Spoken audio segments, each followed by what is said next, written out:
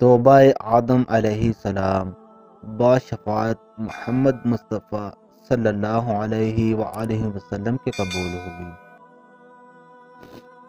آدم علیہ السلام برضائے الہی ہندوستان میں آئے، بدوباش اختیار کی۔ ایک روز جبریل علیہ السلام 7 پارے لوہے کے لے کر ان کے پاس آئے تاکہ ان کو آہنگری سکھلا دیں۔ حاجت آگ کی ہوئی، آواز آئی، اے جبرائیل علیہ السلام، آگ مالک دوزخ سے مانگ لے۔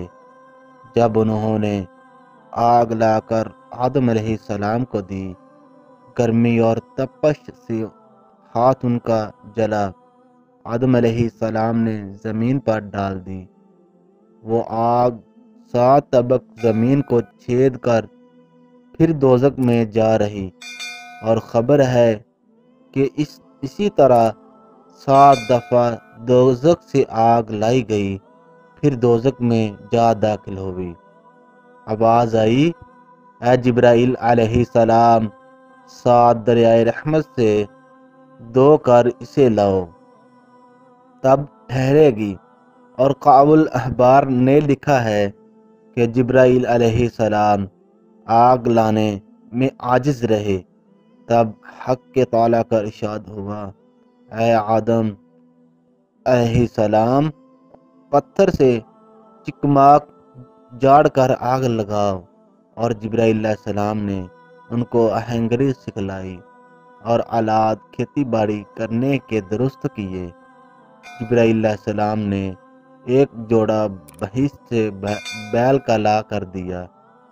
بعض نے لکھا ہے 2 گائیں۔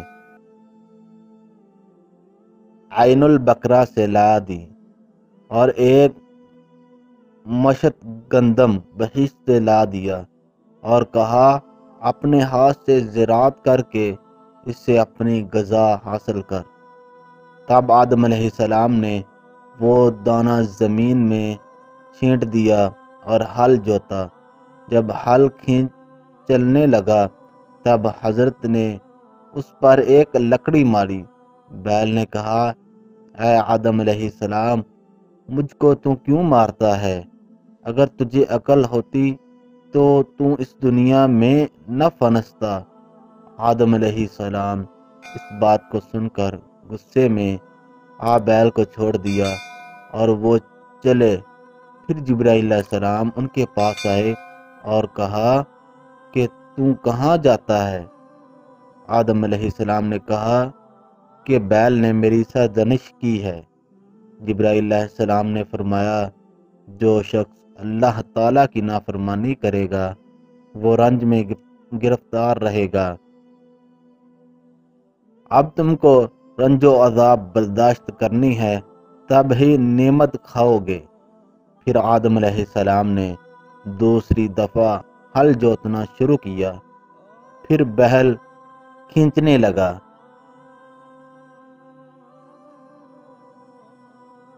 پھر جبرائیل علیہ السلام تشریف لائے اور کہا، خدا حق تعالیٰ نے تم کو سلام کہا اور فرمایا ہے کہ تم نے بھی بہشت میں ایسا ہی کیا تھا۔ اب اس وقت تم پر اذیت ہوگی۔ اگر تم بیل پر سختی کرو گے پھر درست نہ ہوگا تو جلدی جا اپنے کام میں مصروف رہ۔ میں بیلوں کی زبان پر مہر لگا دوں گا تاکہ وہ بات نہ کر سکیں۔ تب اچھی طرح سے ان سے کام لو۔ پھر آدم علیہ السلام کھیتی کرنے میں مشغول ہوئے۔ زمین پر گیہوں کا چھٹارا لایا اور پختہ ہوا، تب کاٹ لیا۔ یہ سب 7 گھڑی میں تیار ہو گیا۔ زمین نے کہا، اے آدم علیہ السلام، مجھے معاف رکھو کہ میں ضعیف ہوں، اس سے بھی جلد گیہوں تم کو دیتی۔ آدم علیہ السلام نے جب گیہوں کو مل کے صاف کر کے کھانا چاہا، تب جبرائیل علیہ السلام نے فرمایا کہ اول گیہوں کو پیس کر پانی کے ساتھ خمیر کیا، آگ میں سینکا، تب کھا۔ حوا علیہ السلام نے ان سے تعلیم پا کر اپنے ہاتھ سے پیس پاس کر پانی کے ساتھ خمیر کر کے روٹی پکا کے آدم علیہ السلام کے سامنے رکھی۔ آدم علیہ السلام نے چاہا کہ کھا دے۔ جبرائیل علیہ السلام نے فرمایا ذرا نامل کر، آفتاب غروب ہونے دے کہ تاکہ تو روزے دار ہے۔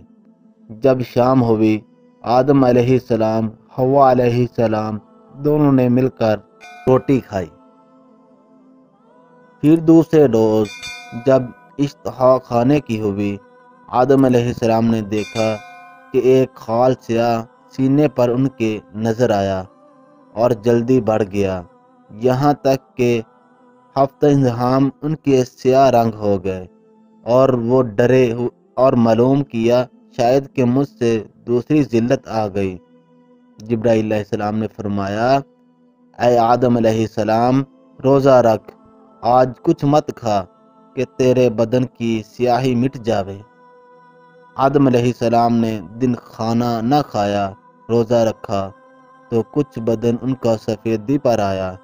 پھر دوسرے دن جبرائیل علیہ السلام تشریف لائے، ان کو بولے اور بھی 2 روزے رکھو تو اللہ تعالیٰ تم کو شفائے کاملہ بخشے، اور ان روزوں کا نام ایام بید ہے۔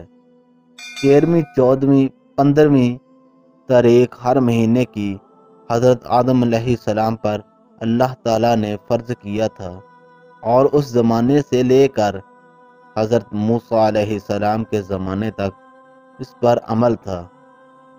پس جب حضرت آدم علیہ السلام نے ہندوستان میں آ کر مسکن کیا، حوا علیہ السلام حاملہ ہوئی اور ایک بیٹا اور بیٹی جنی۔ بیٹے کا نام حابیل اور بیٹی کا نام غازہ رکھا، مگر یہ دونوں خوبصورت نہ تھی۔ مروی ہے کہ حوا علیہ السلام 124 بار جنی تھی، ہر دفعہ ایک بیٹا اور ایک بیٹی جنی، اور دوسری روایت میں ہے کہ 180 بار جنی تھی، اور روایت کی گئی ہے کہ قابیل ماں کے بطن میں بہشت میں تھے، پیدائش ان کی دنیا میں ہوئی۔ اس واسطے کہ بہشت پاک ہے اور نہ جائے آلودگی خون کی جگہ۔ جب حابیل قابیل دونوں بڑے ہوئے تب جبرائیل علیہ السلام تشریف لائے اور آدم علیہ السلام سے کہا خدا تعالیٰ نے تم پر سلام بھیجا ہے اور کہا ہے کہ دونوں بھائیوں کو دونوں بہنوں کے ساتھ، یعنی قابیل کی بہن کو حابیل کے ساتھ اور حابیل کی بہن کو قابیل کے ساتھ شادی کر دو۔ تب انہوں نے حال شادی کا اپنے دونوں بیٹوں کو بلا کے کہہ دیا۔ یا اس بات کو سن کر قابیل نے انکار کیا اور کہا میری بہن ایک عقلیمہ صاحب جمال ہے، میں اس کو نہیں دوں گا۔ آدم علیہ السلام نے کہا یہ اللہ تعالیٰ کا حکم ہے، تو مان لے۔ ان سے کہا کہ نہیں، مگر تم حابیل کو دوست رکھتے ہو، بسبب دوستی کے تم کہتے ہو پہلے جس نے عدو حکمی اپنے ماں باپ کی سو قابیل تھا۔ آخر آدم علیہ السلام نے جب حکم خدا کے قابیل کی بہن کی شادی حابیل کے ساتھ اور حابیل کی بہن کی شادی قابیل کے ساتھ کر دی، اس کے بعد قابیل نے حسد سے حابیل کو کہا کہ تم میری بہن عقلیمہ کو طلاق دے تو میں اپنی خدمت میں رکھوں۔ حابیل نے کہا یہ میری جورو ہے، میرے باپ نے اس کے ساتھ شادی کر دی ہے، ہرگز میں اپنے والد کا حکم رد نہ کروں گا اور خدا کا حکم بجا لاؤں گا۔ آدم علیہ السلام نے جب یہ ماجرا سنا، واسطے تشکی خاطر دونوں بیٹیوں کے یہ انصاف کر کے فرمایا کہ دونوں بھائیوں کو منا پر 2 قربانیاں کر کے رکھ دو، جس کی قربانی خدا کی درگاہ میں مقبول ہوگی اس کی جورو بی بی عقلیمہ ہوگی۔ بس دونوں بیٹوں نے حسب حکم باپ کے کئی بکریاں ذبح کر کے کوہ منا پر رکھ دی۔ بمصدقِ اس آیت کے ترجمہ اور سنا ان کو تحقیق کے احوال آدم علیہ السلام کے دو بیٹوں کا جب نیاز کی، دونوں نے کچھ نیاز پھر قبول ہوئی ایک سے اور نہ قبول ہوئی دوسرے سے۔ غرض دونوں بھائیوں نے قربانی کوہ منا پر رکھ کر دعا مانگی کہ یا الہی قربانی ہماری قبول کرو۔ ہے آتش بے در و مثال، تمریغ کے آ کر قربانی حابیل کی جلا گئی۔